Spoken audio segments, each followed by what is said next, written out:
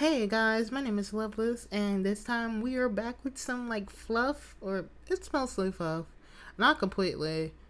It's about the same story as as the last one that kind of blew up, Daddy's Baby Girl. Now this one is kind of having the same child, but a little bit younger in the story, but it's still so cute. The title is Hush Little Baby, Don't You Cry. So cute. A loud cry echoed through the apartment. A shuffle and a groan. Two men sat up in their bed and stared at each other. I got this, the green haired one stated. His voice was hoarse, and his hair was a mess. No, I got it, the blonde said. He had bags under his eyes, and muscles were sore. I can do it, Kachan. She probably just needs her bottle. Izuku was already getting up. Deku, you just got back Katsuki checked the clock. 3:04 a.m. An hour ago. You need sleep. Yeah, so that means I'm already awake to handle her. Izuku staggered out of the room. Katsuki didn't bother trying to point out his logic was idiotic. The green-eyed man walked down the hall to the room with the glow-in-the-dark stars in the ceiling. Katsuki got them for his daughter so she can sleep better. He stalked over to the crib and picked up the baby. Kana, what's wrong? Hey, it's okay. Papa's here. Izuku cooed at her. The blue-haired baby had tears rolling down her cheeks. He checked her diaper to make sure that she didn't smell. Of course, nothing. He tried burping her and tried to rock her to sleep, but to no avail.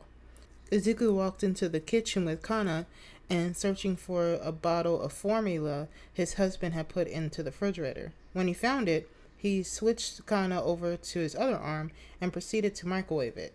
He put it in for 30 seconds and took it out to let it cool off. His tired eyes watched as the baby refused to eat. Izuku sighed and went back to her room. He sat on the chair there and tried to sing her a lullaby. However, nothing. She always falls asleep after a lullaby. What the heck? It didn't help that Izuku was completely exhausted from work. He was supposed to be at home at 11, but his agency told him about a fire in downtown Tokyo, and Izuku couldn't refuse. It took so long to help everyone get out of the building and to ambulances. Not only that, but the press loves breathing down Izuku's neck. He just wanted to go home to his husband and tuck his daughter into bed. Everything had just been so stressful lately, and Izuku had no idea why. Kana wouldn't stop crying, and Izuku felt like he was going to sob. His baby's wails kept growing, and the stress clawing at Izuku's back had been too. It wasn't long until he was crying as well. After what felt like forever, Katsuki came in and was shocked, because not only was his daughter still crying, but now his husband was too. What the hell happened? Katsuki asked. I don't know what to do, Kachan. She won't stop crying. I checked her diaper, I burped her, hell, I even fed her, and nothing. It also doesn't help that the agency is telling me that I should do more overtime when I'm the one who keeps putting in so much, giving it my all, and not getting any time to myself. They know that, and the pro hero was cut off by his husband kissing him on the forehead.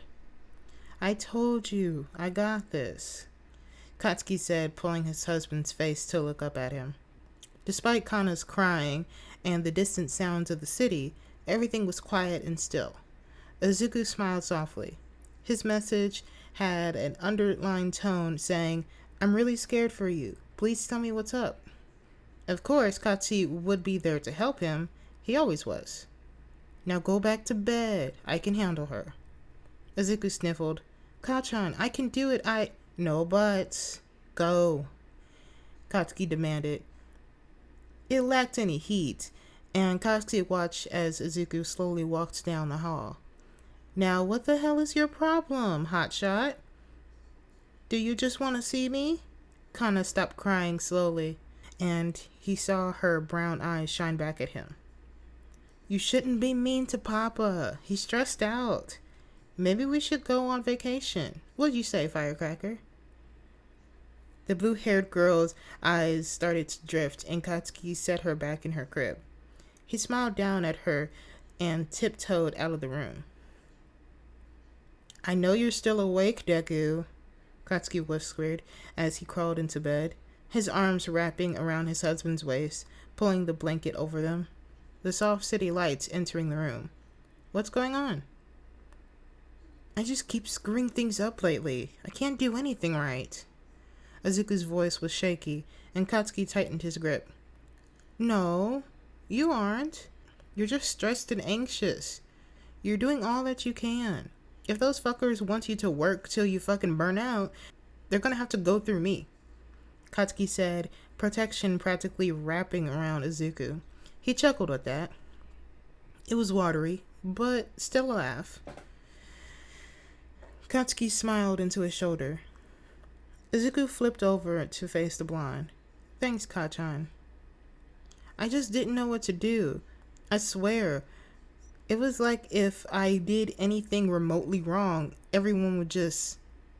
What if we went on vacation? Katsuki asked. It was soft, almost like Izuku couldn't hear. I know what you're going to say. We don't have time, our jobs require a shit ton, but what if we did? Izuku watched the way his red eyes stared at him. Occasionally, Katsuki would almost sound like he was nervous, but he never broke eye contact. Even when he asked Izuku about getting married, he didn't glance away at all. What about Kana? He whispered, after what seems like ages. Who's gonna watch her? We'd take her. A little trip somewhere. It doesn't have to be for a long time. Just me, you, and the baby. Katsuki saw the way his shoulders relaxed and the way he smiled. It was tired and kind of tense, but it was genuine and happy. Izuku let the thoughts run through his mind. It wasn't impossible, but they could do it.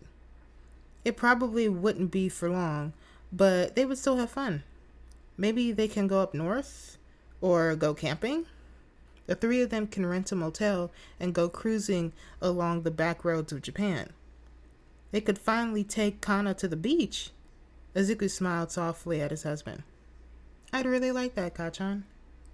Yay! We did it! I did it! Woo! It's like always celebration every time that I finish an audio. Oh, it was so good.